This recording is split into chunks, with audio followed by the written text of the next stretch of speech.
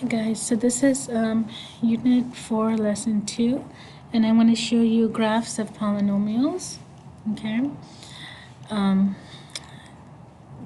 So for this one, when we are factoring up a polynomial using its graph, okay, so you know that when you factor, you know you have it in factored form when you have your answer and you have a bunch of parentheses, okay, something like that.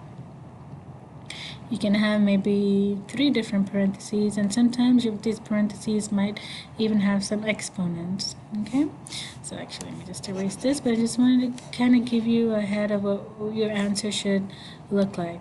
Okay, so when we look at graphs of polynomials, we start by looking at the x-intercepts. I have these steps here for you, but to start off by looking at where does the graph touch the x-axis, at what points.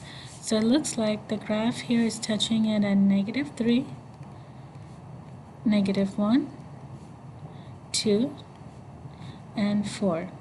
Okay, so we just say x equals -3, -1, 2, and 4.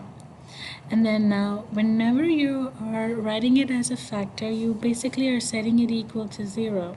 So what you're going to do here is you're adding 3 to both sides of the equal sign, so that on one side of the equal sign you just end up having a 0. Okay, so because -3 plus 3 is 0, and then on this side you have x plus 3. And that is your factor. I can finish this by putting a parenthesis around it to show you that it is a factor. And then same thing here, we're going to take the -1 over, so you have x plus 1. That's a factor. Take this over, so you have x minus 2, a factor. And then take this over, you have x minus 4, and that is a factor. Okay.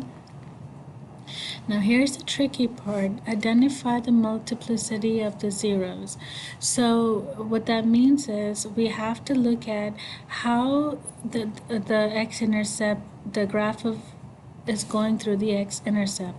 So if you look at this first x-intercept at -3, it's going straight through it, kind of like a straight line through it. Okay, so we call that a linear root, or we call it a single root. So the multiplicity of that 0 is going to be a 1. Okay, and then this root at -2, this is known as a double root, only because it is it's touching the graph and bouncing it off of it. Okay, it looks kind of like a quadratic. A quadratic has a 2, so we call that a double root. So I'm going to just put a 2 here. That's a multiplicity of 0. Over here, this root right here, it's kind of not, it's going through the 2, but it's not going straight through like this root does. It just kind of squiggles through, does a little squiggle through it, so we call that a triple root. A triple root has a multiplicity of 3. And then the last one is, this is a single root because it's going straight through it. So this is a multiplicity of 1. So to write it as factors, we did it up here.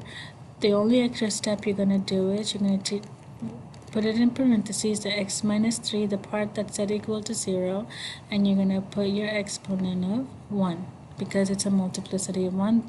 This shows that there is a single root at -3. Let me type that up here. Whenever you see something like this, and usually you don't see 1 up here, if you don't see it, you can assume there's a single root. So you can, whenever you see something like this, you know that the x-intercept has a single root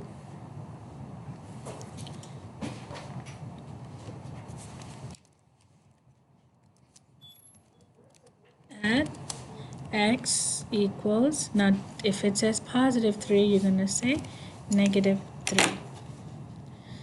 That's fine if you're a little confused with all this. When we go through some examples, hopefully it'll make more sense. Okay, And again, remember, when we're going backwards in math, it's easy to go forwards when you've been taught how to go forwards, but I'm technically teaching you factoring, which is going backwards, and it takes a little bit more thinking, okay? And I'm just breaking down each of the steps for you. So over here, since this has a multiplicity of 2 at this factor here, so we're going to write it as a factor, and it looks like this. You're going to just write x plus 1, and you're going to put a square here. And this tells you that at negative 1, there's a double root.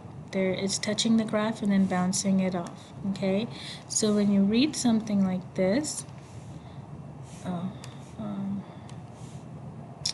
when you read something like this, you know, because of the fact that it has a squared here, you can say that it's a double root at x equals negative 1. Remember, you're gonna, if it's written as a factor, to take it back over on the other side, you write the opposite number, which is at negative. If it says positive 1, you say negative 1, okay?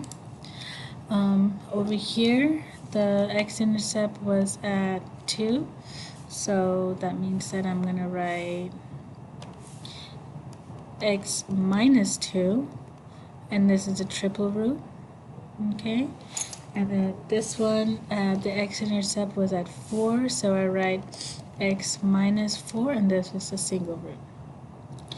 Now, the final step is to decide if the polynomial is a positive or negative function. Just look at the right side of the graph. See if it's going up or down. Well, this is going down, so this is, we can say this is a negative function.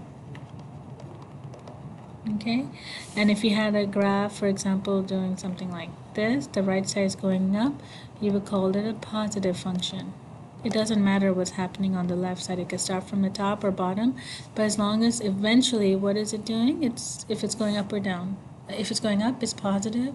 If it's going negative, it's negative. Down, it's negative.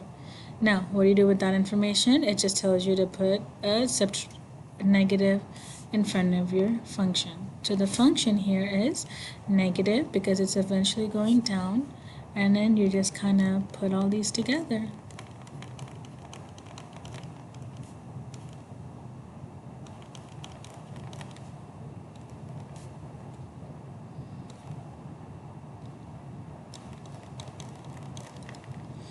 Okay, and that is your f of x. So when you graph this, you should be able to get your graph back.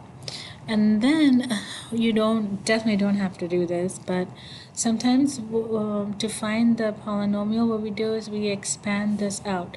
To expand it out, it basically looks something like this. Let me type it up. So if we were to expand this out, it would look like f of x equals negative, and then you have x plus 3, this factor right here, and then you have x plus 1 squared, so you do x plus 1 times x plus 1.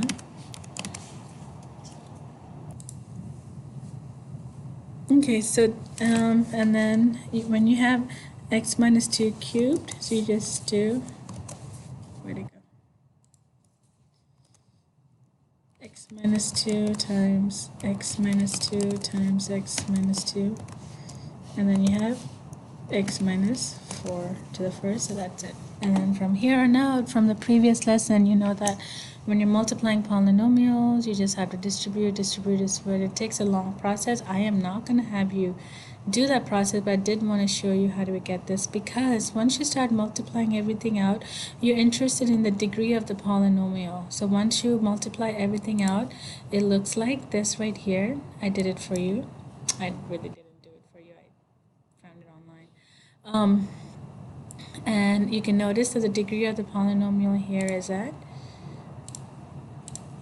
7.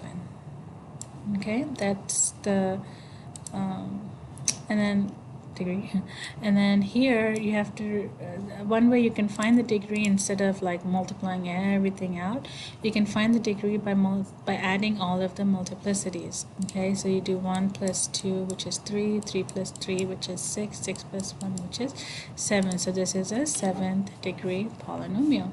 Whoops.